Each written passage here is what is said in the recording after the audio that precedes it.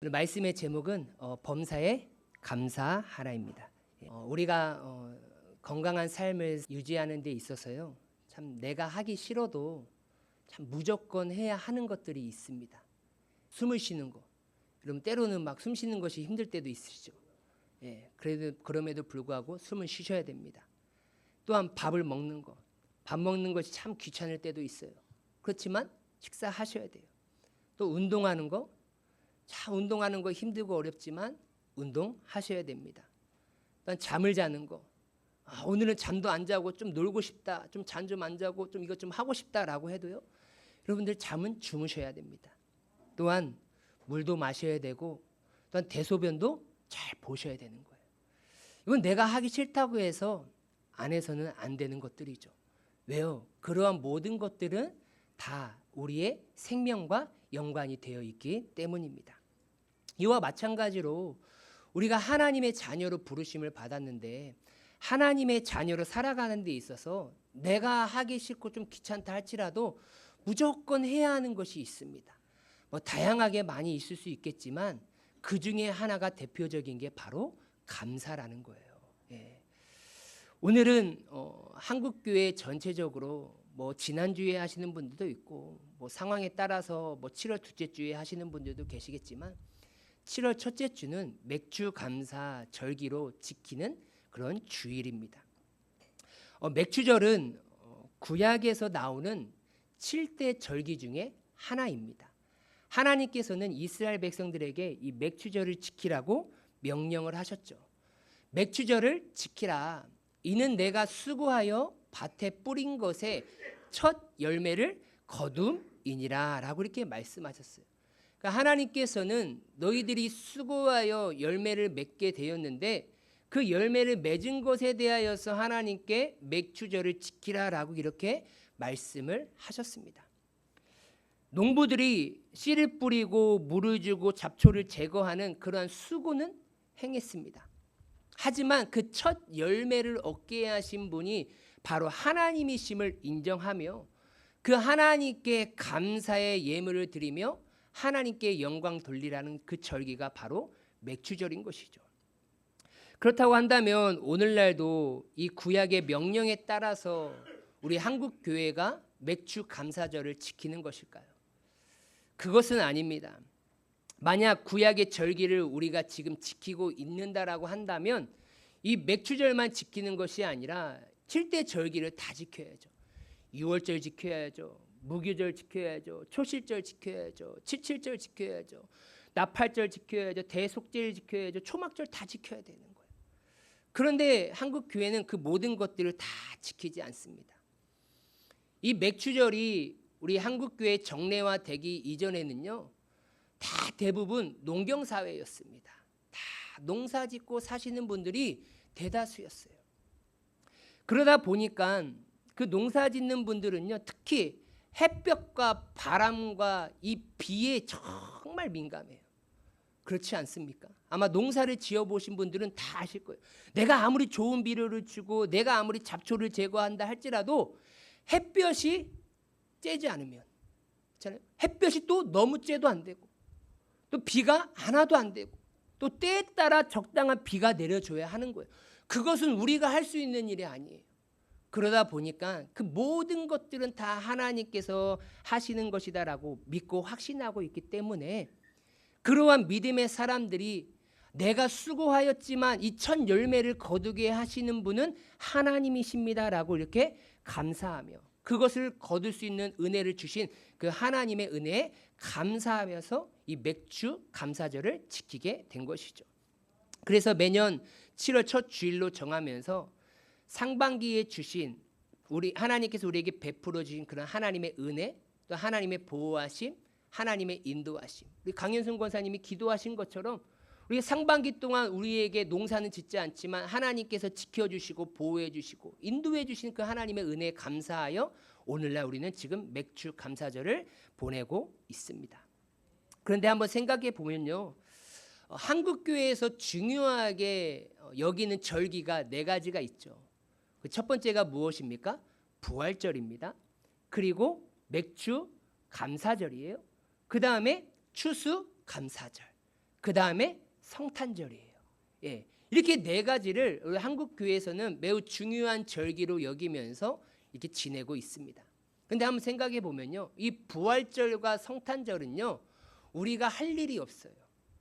그 얘기는 무엇이냐면요, 사망 권세를 이기시고 부활하신 그 예수님을 기념하는 날이 말 그대로 부활절인 거예요. 성탄절은 본체 하나님이신 예수님께서 이 땅 가운데 육신으로 오신 것을 기념하여 드리는 날이 바로 성탄절인 거예요. 우리는 그날 하나님 앞에 예배하며 기념하기만 하면 되는 거예요. 그런데 맥주 감사절과 이 추수 감사절은 기념하는 것을 넘어서서 우리는 뭘 해야 되는 그런 의무가 우리 가운데 주어졌다라는 거예요. 그것이 무엇이냐면 바로 감사라는 행위를 해야 된다라는 거예요. 그래서 맥주절, 추수절이라고 이렇게 얘기하지 아니하고 맥주 감사절, 추수 감사절로 이렇게 표기를 하고 있습니다.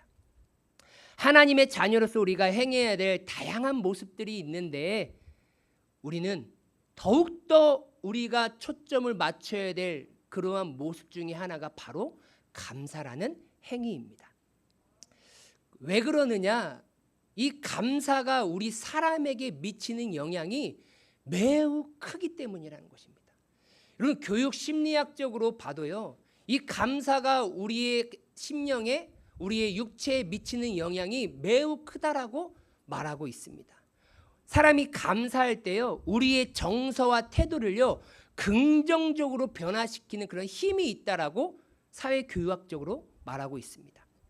그래서 심리학자들은요, 늘 항상 감사하는 그런 태도의 모습이요 많은 스트레스를 줄이게 되고 우울감과 분노를 완화시켜 준다라고 이렇게 말하고 있습니다. 그래서 감사하는 사람일수록요 행복 지수가 높대요.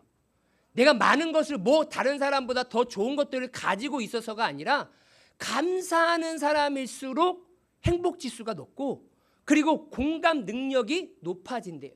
다른 사람을 이해하고 포용하고 사랑해 줄 수 있는 능력이 어떤 사람에게 높아진다고요? 감사하는 사람에게.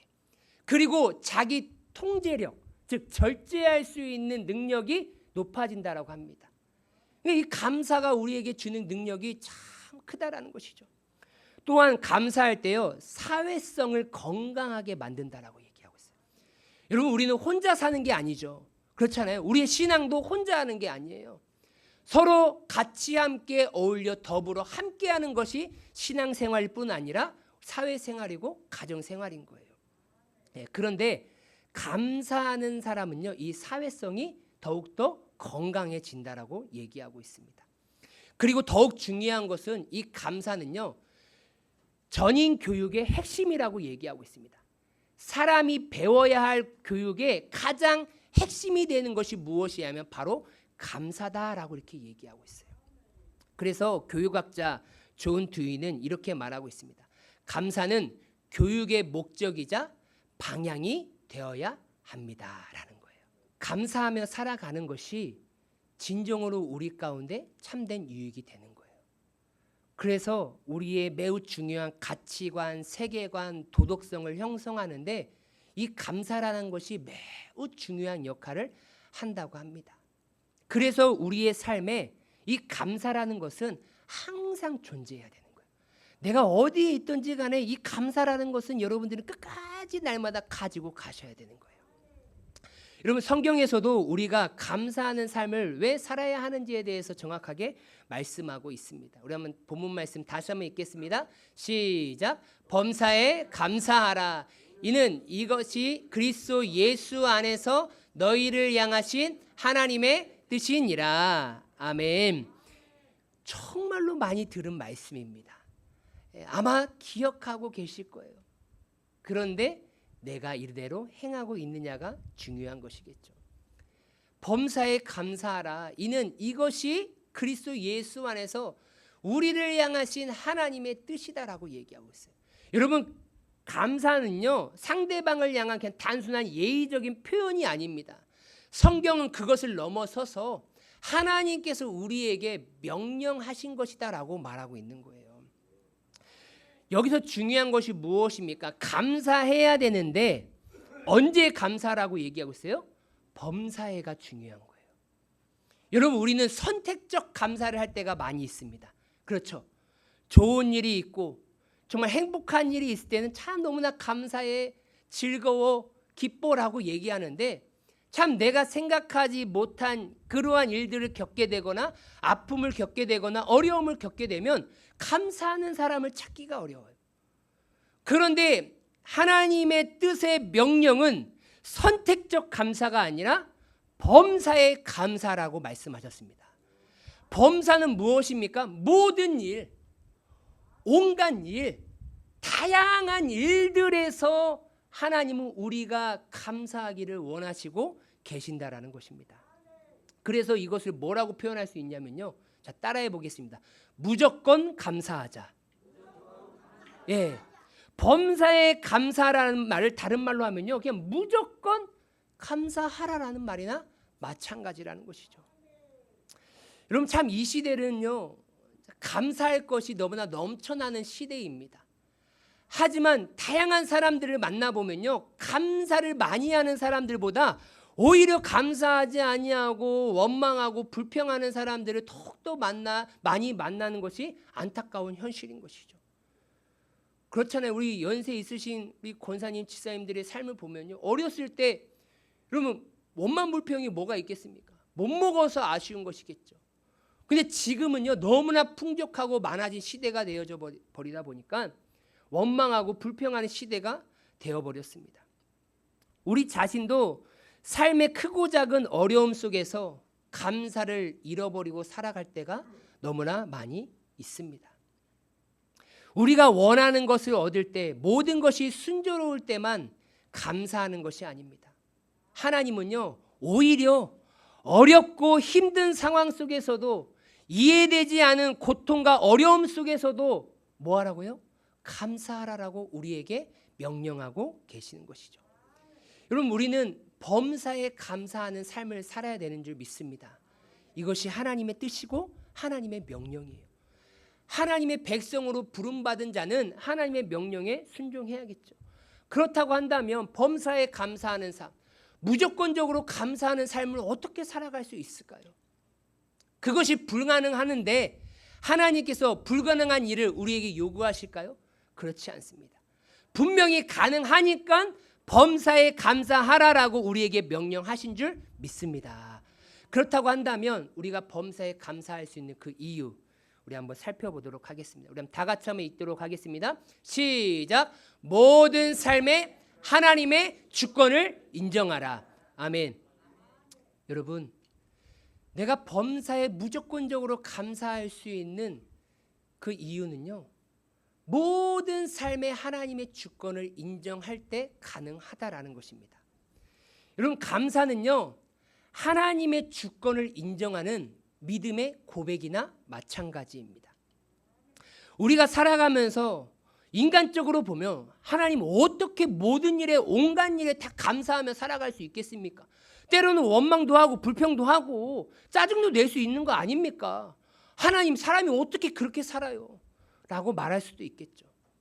하지만 우리는 하나님의 명령에 따라서 범사에 감사할 수 있는 이 존재가 되는데, 그런 존재가 될 수 있는 이유는 바로 하나님의 주권을 내가 인정하고 살아가고 있기 때문이라는 것이죠. 여러분, 세상 모든 만물이 하나님의 손안에 있는 줄 믿습니다. 우리 삶에 일어나는 모든 일 또한 하나님의 허락 가운데 있음을 우리는 믿고 살아가는 줄 믿습니다. 지금 당장 내가 이해되지 않는 일들이 내 주변 가운데 일어난다 할지라도 반드시 그 속에는 하나님의 주권과 섭리가 있다라는 것을 우리는 믿고 신뢰해야 되는 거예요. 그게 하나님을 믿는 사람인 것이고, 하나님을 창조주로 믿고 살아가는 사람의 신앙 고백이나 마찬가지인 거예요. 우리는 하나님을 창조주라 고백하면서 이 세상을 주관하고 섭리하신다라고는 믿지 않을 때가 많이 있는 거예요. 그렇게 우리의 삶이 하나님을 의심하고 하나님을 외면할 때 우리의 입속에서는 감사가 아니라 매일같이 원망과 불평이 나올 수밖에 없는 것이죠. 성경은 이렇게 말하고 있습니다. 그럼 다 같이 읽겠습니다. 시작. 참새 2마리가 한 아사리온에 팔리지 않느냐. 그러나 너희 아버지께서 허락하지 아니하시면 그 하나도 땅에 떨어지지 아니하리라. 아멘. 뭐라고 말씀하고 있습니까? 지금 참새를 누가 팔고 있어요. 그런데 쉽게 표현하면 참새 2마리를 5,000원에 팔았습니다. 근데 예수님께서 말씀하십니다. 하나님께서 참새에게 이 땅에 떨어지라라고 허락하지 않으면 이 장사꾼들이 어찌 참새를 잡을 수 있겠느냐. 그들이 참새를 잡아서 팔 수 있는 것도 다 하나님께서 이 땅에 참새가 떨어지라고 허락하셨기 때문에 그들이 팔 수 있는 것이다. 이 세상의 모든 것을 주관하고 섭리하시는 분은 너희 아버지 되시는 하나님이시다라고 지금 예수님께서 말씀하고 계시는 거예요. 여러분, 지금도 수많은 새들이 하늘을 날아다닙니다. 몇 마리가 날아다니는지 여러분 알고 계십니까? 몰라요. 몇 마리가 날아다니고 있는지 우리는 헤아릴 수 없습니다. 그렇지만 그 어떠한 단 새 한 마리도 하나님의 허락이 없이는 땅에 떨어지지 않는다라는 그 하나님의 주권적인 섭리를 여러분들은 믿고 살아가고 계시냐라는 거예요. 어려우니까 뭐 지치니까 여기서 떨어진 거지, 여러분 그렇게 생각하십니까? 성경은 그렇게 말하지 않는다라는 거예요. 다 하나님의 뜻과 계획이 있다라는 거예요. 하나님의 주권을 인정할 때 비로소 우리는 감사의 삶을 살아갈 수 있게 되는 것입니다. 그럼 우리는 요셉의 삶을 통하여서 하나님의 주권적인 섭리가 얼마나 큰 은혜인지를 우리는 깨닫게 됩니다. 요셉은 이렇게 고백합니다. 창세기 50장 20절에 보면 당신들은 나를 해하려 하였으나 하나님은 그것을 선으로 바꾸사 오늘과 같이 많은 백성의 생명을 구원하게 하시려 하셨나니. 아멘. 이 고백은요, 요셉이 형들에게 한 고백입니다. 여러분들도 잘 아시다시피 요셉의 삶은요, 고난의 연속이었습니다. 근데 요셉이 받은 그 고난은요, 자기의 실수가 아니었습니다. 자기의 욕심 때문에 받은 고난이 아니었어요. 형들의 시기와 질투로 인하여서 요셉이 애굽에 팔리게 되었죠. 그리고 또한 뭐합니까? 하나님 앞에 진실하게 정직하게 살아가려고 보디발 장군의 아내가 끊임없이 유혹해도 내가 어떻게 하나님 앞에 죄를 범하리요? 라고 하면서 도망갔죠. 그런데 누명을 씌워서 어떻게 합니까? 감옥에 가는 그러한 고통을 당했습니다. 이러한 모든 과정들을 그냥 인간적 기준으로 시각으로 볼 때 정말로 절망적이고 불공평한 일들의 연속이어서 요셉이 살아가는 삶의 하루하루가 어찌 보면 원망해도 불평해도 그 누구가 뭐라고 하지 않을 그러한 삶이나 마찬가지다라는 거예요. 아이고, 그렇지. 저렇게 누명을 써서 감옥에 갔는데 가서 원망하고 불평하는 게 뭐 당연한 거 아니겠어? 얼마나 억울하겠어? 여러분, 그러나 요셉은요, 나중에 자신들의 형들 앞에서 하나님의 모든 계획이었고 하나님의 선하신 주권 가운데 섭리였다라는 것을 깨닫고 나서 그 형들을 용서하고 그 모든 것들을 다 하나님께서 선으로 바꾸셨다라고 믿음의 고백을 했습니다. 큰 어려운 기근으로부터 많은 사람들을 구원해 내시고자 하신 하나님의 계획이었고 하물며 그 야곱의 가족들을 하나님께서 그 어려움으로부터 구원하기 위한 하나님의 놀라운 섭리였다라고 요셉은 깨달았고 그것을 형들에게 고백한 것이었습니다. 이렇게 하나님의 주권을 인정할 때 요셉은 형들에게 감사를 표현할 수 있었던 것입니다. 하나님께서는 우리의 유한한 지각으로는 도저히 이해할 수 없는 방식으로 일하십니다. 하나님의 궁극적인 목적은 무엇입니까? 바로 항상 선하고 완전하게 그 모든 일들을 이루어 가신다라는 것을 우리는 반드시 신뢰해야 될 줄 믿습니다. 우리가 당하는 고난이나 시련이 아무리 크고 세상적 기준으로 보아 인간적 기준으로 보아 불합리하게 보인다 할지라도 그 속에는 우리가 미처 발견하지 못한 반드시 하나님의 깊은 뜻과 섭리가 담겨 있다라는 것을 우리는 놓치지 말아야 되는 거예요. 우리는 그 사실을 하나님을 향한 믿음으로 붙잡아야 되는 것이죠. 마치 퍼즐 조각을 보면요, 모든 것들이 다 개별적으로 흩어져 있는 것처럼 보입니다. 막 혼란스러워 보이고 불규칙하게 보입니다. 그리고 이걸 보면 이게 어디에 있는 건지 잘 모를 때가 많아요. 하지만 하나님께서는 우리가 알지 못하는 다양한 인생들, 다양한 사건, 사고들을, 모습들을 다 모아다가 하나님께서는 아름다운 그림으로 완성하시는 분이심을 믿으시길 주님의 이름으로 소망합니다. 우리는 할 수 없지만 하나님은 그 모든 것들을 완전하고 선하게 완성해 가시는 분이시다라는 거예요.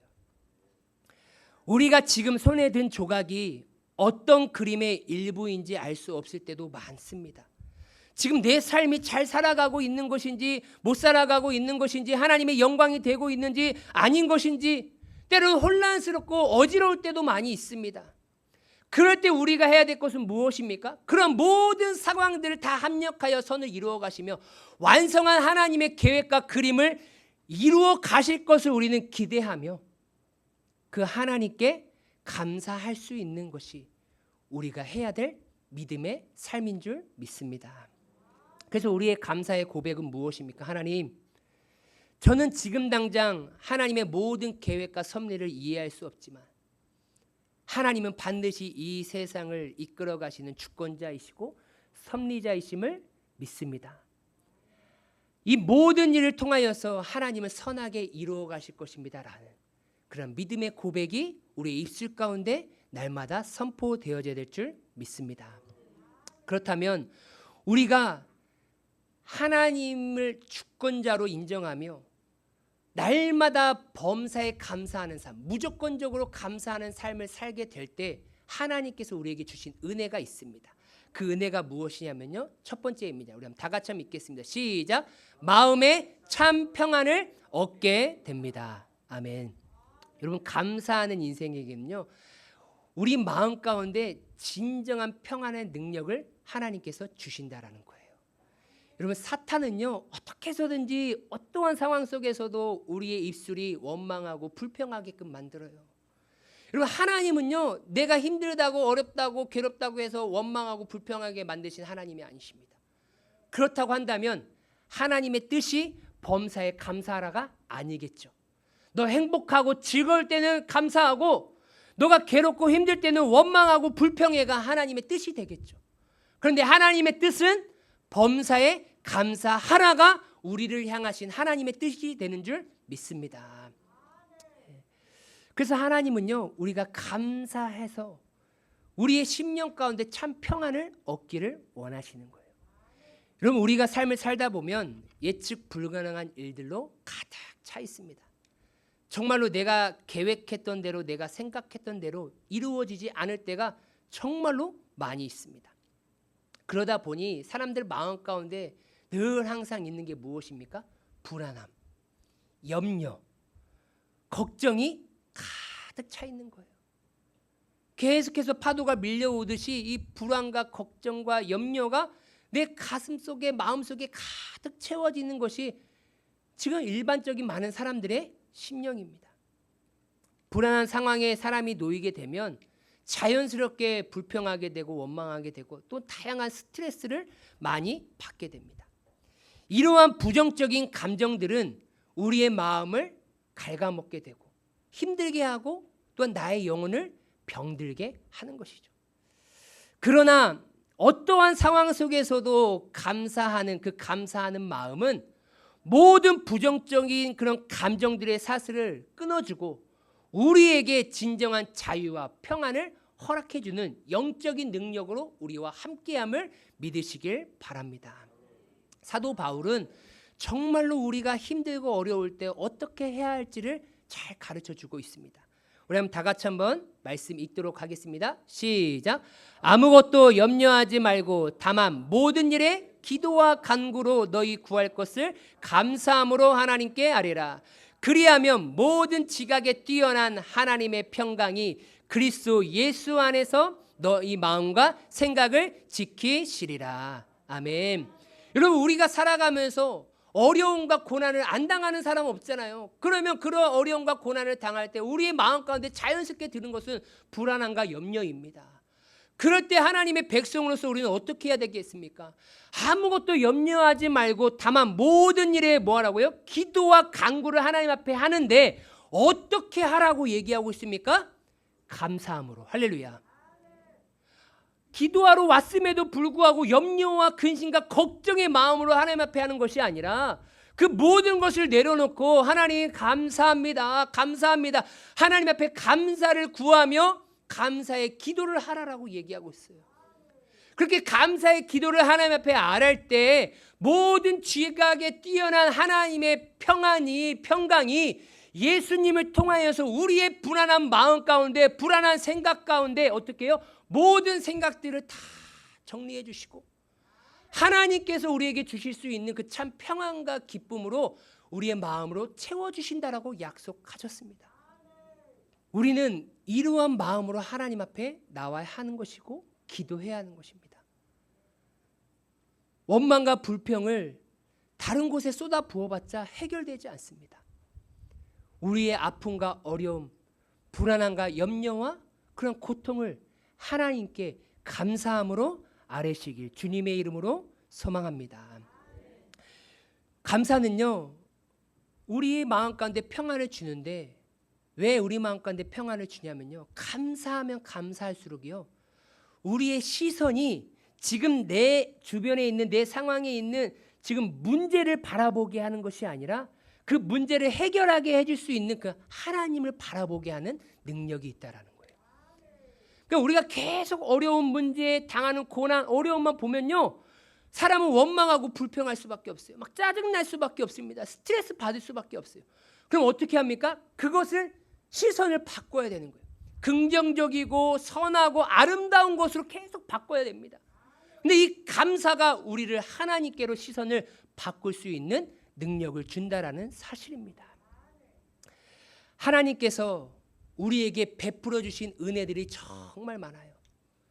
그 받은 은혜들을 세어보면서 우리는 감사해야 되는 것이고, 또한 우리에게 주실 은혜를 미리 기대하면서 감사하며 살아가야 하는 것이 우리의 삶인 줄 믿습니다. 우리의 삶은요, 여전히 부족하고 연약합니다. 늘 항상 원망하고 불평할 때도 많이 있습니다.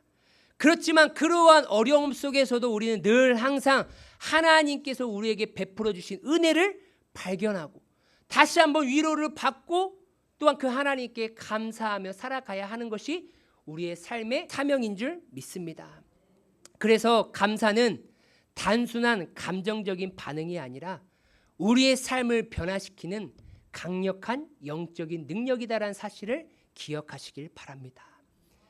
감사하면 감사할수록 하나님께서 우리 마음 가운데 평안을 허락해 주심을 믿고 확실하시길 바랍니다. 또한 우리가 감사하게 될 때 하나님께서 주시는 은혜 두 번째입니다. 그럼 다 같이 읽겠습니다. 시작. 은혜를 경험하는 통로가 됩니다. 아멘. 우리가 하나님의 은혜를 받으며 살아가는 존재이죠. 근데 하나님의 은혜를 받는 방법들은 다양하게 있습니다. 그렇지만 하나님의 은혜를 강력하게 받을 수 있는 그 통로가 무엇이냐? 바로 감사라는 거예요. 여러분, 감사는 우리가 이미 받은 은혜를 깨닫게 할 뿐 아니라 하나님께서 태초부터 예정해 두신 그 우리를 향하신 더 큰 은혜를 경험할 수 있도록 우리를 이끌어주는 그 통로가 바로 감사다라는 사실입니다. 예수님께서 오병이의 기적을 행하시기 전에 이러한 행동을 하셨습니다. 우리 한번 다 같이 한번 읽겠습니다. 시작. 예수께서 떡을 가져 축사하신 후에 앉아있는 자들에게 나눠주시고 물고기도 그렇게 그들의 원대로 주시니라. 아멘. 지금 오병이의 기적이 일어나기 전에 분명히 예수님께서 먼저 하신 게 있어요. 뭐 하셨습니까? 떡을 가지고 축사하셨어요. 이 축사라는 이 단어의 의미는요, 유칼리스테오예요. 이 유칼리스테오는요, 의미가 무엇입니까? 감사하다라는 거예요. 어떠한 감사를 표현할 때 이 단어를 사용한 거예요. 그러니까 지금 예수님은 보리떡 5개와 물고기 2마리를 가지고 온 그런 상황 속에서 어떻게 하나님 앞에 뭐 했습니까? 감사했다라는 거예요. 지금 예수님의 상황을 한번 살펴보시기 바랍니다. 지금 장정만 5,000명이에요. 그러면 한 몇만 명 이상이 모였겠죠. 그럼 그 많은 사람들의 배고픔을 해결해 줘야 되는 지금 그런 문제에 닥쳐 있습니다.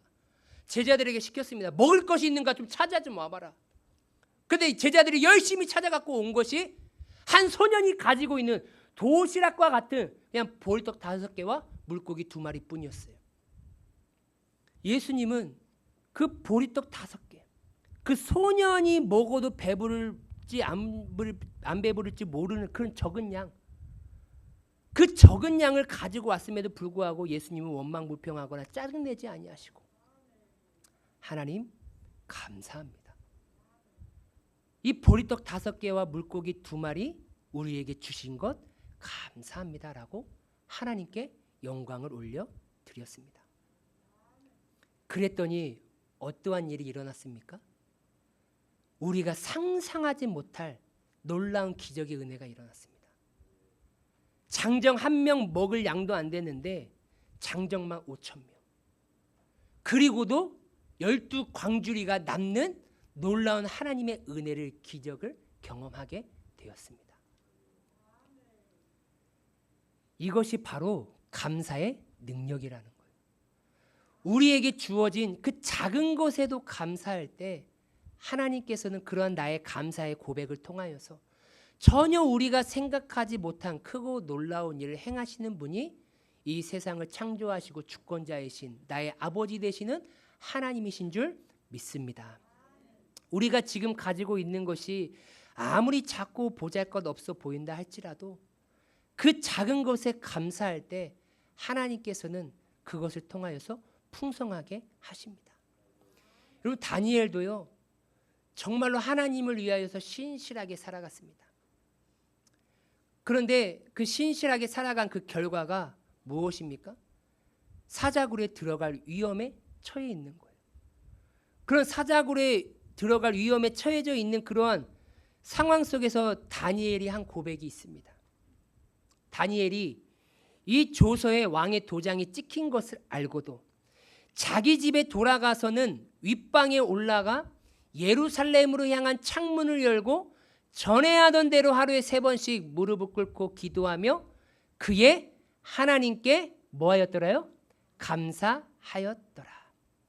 여러분이 한번 다니엘이라고 한번 생각해 보세요. 그 누구보다도 신실하게 하나님의 영광을 위하여서 살아온 다니엘이었습니다. 우리라면 어떻게 얘기하겠습니까? 하나님, 제가 지금 그 누구보다도 하나님을 신실하게 믿어왔던 그 대가가, 그 결과가 사자굴에 들어가는 그 죽음을 맞이하는 것입니까, 하나님? 여러분 그렇게 생각하지 않겠어요? 다니엘은요 자신이 죽을 위기에 처해 있음에도 불구하고 그러한 상황 속에서도 하나님을 원망하거나 불평하는 것이 아니라 전에 하던 대로, 그러니까 늘 항상 다니엘은 하나님 앞에 주어진 상황 속에서 감사했던 것이죠. 왜요? 전에 하던 대로 창문을 열고 하루에 3번씩 무릎을 꿇고 이때만 하나님께 감사한 것이 아니라 다니엘의 삶 속에는 감사가 끊임없었다라는 것을 우리는 알고 있었다는 것이죠. 감사는요 절망적인 상황 속에서 하나님을 향한 굳건한 믿음의 표현일 뿐 아니라 죽음 앞에서도 흔들리지 아니하는 하나님을 향한 신앙의 고백이 되는 줄 믿으시길 바랍니다. 그래서 그렇게 하나님 앞에 감사의 고백을 올린 그 다니엘의 인생 가운데 놀라운 기적을 하나님께서 허락해 주시죠. 사자굴에 들어갔음에도 불구하고 그 어떠한 해를 당하지 않는 그런 놀라운 은혜를 경험하는 그런 주인공이 되었습니다. 다니엘이니까, 요셉이니까, 예수님이니까 여러분 그렇게 생각하지 마시기 바랍니다. 성경에서 나타난 은혜도 오늘날 우리에게도 동일한 은혜로 주어짐을 믿으시길 바랍니다. 우리가 감사할 때 우리는 단순히 좋은 감정을 느끼는 것을 넘어서게 됩니다. 그래서 감사는요 하나님과의 관계를 더욱 깊게 하고 하나님의 은혜를 더욱 분명하게 내가 인식하게 되며 마침내 하나님께서 우리에게 베풀어 주시는 놀라운 은혜를 경험하게 되는 통로가 되는 것입니다. 늘 항상 원망하고 불평하는 그 입술의 고백은요 자신의 인생을 불행하게 만듭니다. 하지만 감사는 우리가 하나님의 놀라운 은혜를 경험하게 되는 축복의 길로 우리를 인도하게 되는 줄 믿습니다. 말씀을 마무리합니다. 사랑하는 우리 귀한 성도 여러분, 우리는 매일 숨을 쉬고 있고 아침에 눈을 뜨고 또한 사랑하는 가족들과 함께하며 오늘도 하나님의 은혜 가운데 예배 드릴 수 있는 이 자리에 나오게 되었습니다. 이것이 다 하나님의 은혜임을 우리는 감사로 고백해야 될 줄 믿습니다. 우리는 살아가면서 어쩌면 너무나 당연히 누리는 것에 대한 그런 감사를 잊고 살아갈 때가 많이 있습니다. 제가 서두에 처음에 말씀드렸듯이 호흡하는 거, 음식 먹는 거, 대소변 보는 거, 뭐 다양하게 운동할 수 있는 거, 여러분 이것이 기적이다라는 것이죠. 그렇게 하지 못하는 사람들이 정말로 많이 있다라는 것입니다. 오늘부터 우리의 삶의 자리에서 범사의 감사, 무조건적인 감사를 실천해 보기를 소망합니다. 아침에 눈을 떴을 때 하나님, 오늘도 저에게 호흡할 수 있는 생명을 주심에 감사합니다. 또한 귀한 음식을 주시면 하나님, 이 음식을 먹고 건강하게 살아갈 수 있음에 감사를 드립니다. 또한 내 주변 사람이 있으면 이분들과 함께 살아갈 수 있음에 감사합니다. 이렇게 감사할 때 하나님께서는 우리가 생각하지 못할 큰 은혜로 우리 가운데 함께 하실 것입니다. 범사에 감사하는 삶은요, 결코 쉽지 않습니다. 쉽지 않다고 불가능한 것은 아니에요. 꼭 기억하시기 바랍니다. 어려운 것이지 힘든 것이지 불가능한 것은 아니다라는 거예요. 하나님이 우리를 향하신 그 하나님의 뜻임을 기억하면서 주어진 상황 가운데 오늘부터 우리의 입술은 감사가 넘쳐나길 간절히 소망합니다. 그럴 때 우리 목포 온누리교회도 하나님께서 풍성한 은혜를 허락해 주실 것이고 우리 성도님들의 가정과 직장과 사업장에도 놀라운 기적의 은혜를 허락해 주실 줄 믿습니다. 감사가 넘쳐나는 귀한 성도님의 삶이 되시길 주님의 이름으로 축원합니다.